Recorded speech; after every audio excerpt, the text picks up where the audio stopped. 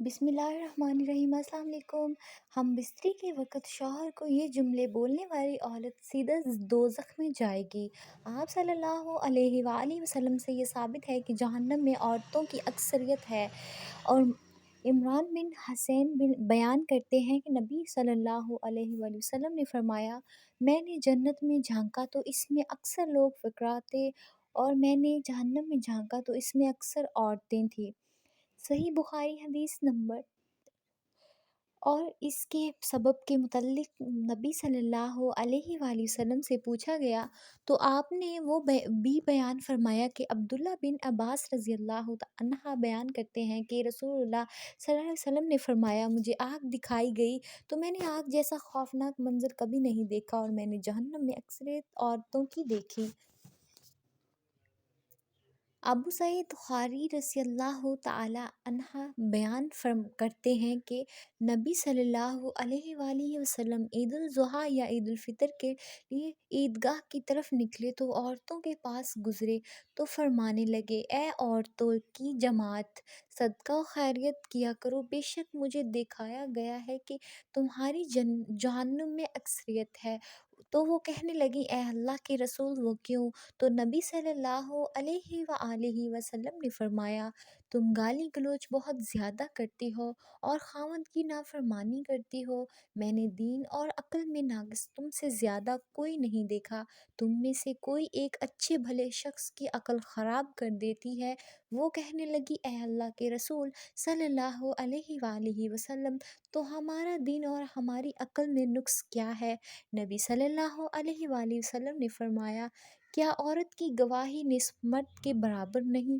تو وہ کہنے لگی، کیوں نہیں؟ تو نبی صلی اللہ علیہ وآلہ وسلم نے فرمایا، تو یہ اس کی عقل کا نقصان ہے کیا جب کسی کو حیض آئے تو وہ نماز اور روزہ نہیں چھوڑتی؟ تو وہ کہنے لگی، کیوں نہیں؟ تو نبی صلی اللہ علیہ وآلہ وسلم نے فرمایا، یہ اس کے دین کا نقصان ہے۔ سیدنا انس بن مالک رضی اللہ عنہ سے روایت ہے کہ نبی کریم صلی اللہ علیہ وآلہ وسلم نے فرمایا، کشی کے بشر کے لیے اجازت نہیں کہ وہ دوسرے بشر کو سجدہ کرے۔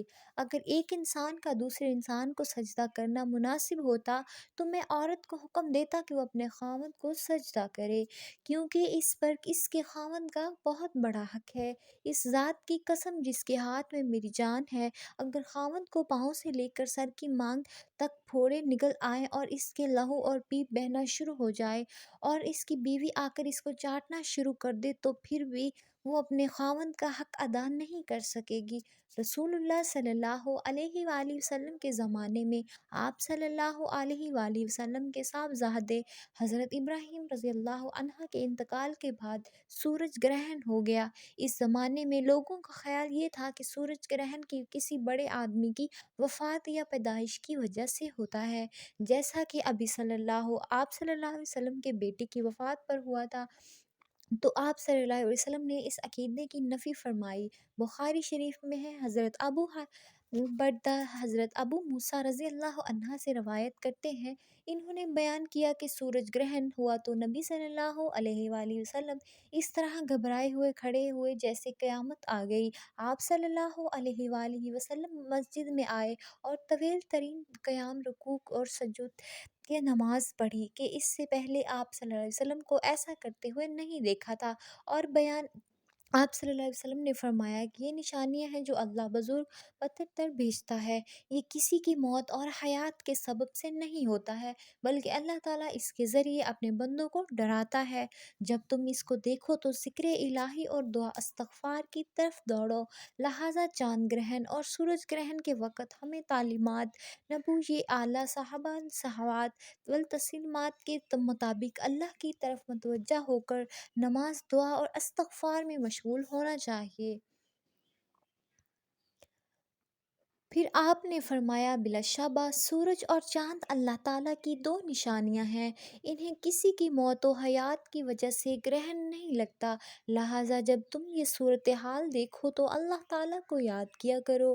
لوگوں نے کہا، اے اللہ کے رسول، ہم نے آپ کو دیکھا تھا کہ آپ نے اپنے قیام کے دوران میں کسی چیز کو پکڑنے کی کوشش کی، پھر ہم نے دیکھا کہ آپ پیچھے ہٹے، آپ نے فرمایا میں نے جنت دیکھی، یا فرمایا مجھے جنت دکھائی گئی، تو میں نے اس سے ایک گوشہ لینے کی کوشش کی تھی، اور اگر میں اسے لے لیتا تو تم رہتی دنیا تک اس سے کھاتے رہتے۔ نیز میں نے آگ دیکھی، میں نے اس جیسا خوفناک منظر کبھی نہیں دیکھا، میں نے جہنم میں زیادہ عورتوں کو دیکھا۔ لوگوں نے کہا، اے اللہ کے رسول، کیوں؟ آپ نے فرمایا، اپنے کفر کی وجہ سے کہا گیا، وہ اللہ کے ساتھ کفر کرتی ہیں۔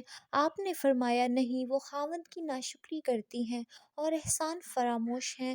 اگر تو ان میں سے کسی کے ساتھ ساری زندگی حسن سلوک کرے، تو پھر تو وہ تجھ سے کوئی ناگوار چیز دیکھے تو کہیں گی، میں نے تجھ سے کبھی کوئی اچھا سلوک نہیں دیکھا۔ یہ ہے وہ جملہ جس جملے کو شوہر سے بولنے والی عورت جہنم میں جائے گی۔ طلاق کا شمار اللہ تعالیٰ کے بڑے ناپسندیدہ کاموں میں سے ہے۔ آپ صلی اللہ علیہ وسلم نے فرمایا، جو عورت اس طرح اپنے شوہر کو کہتی ہے وہ بھی جہنم میں جائے گی۔ اللہ حافظ، اپنا خیال رکھیے۔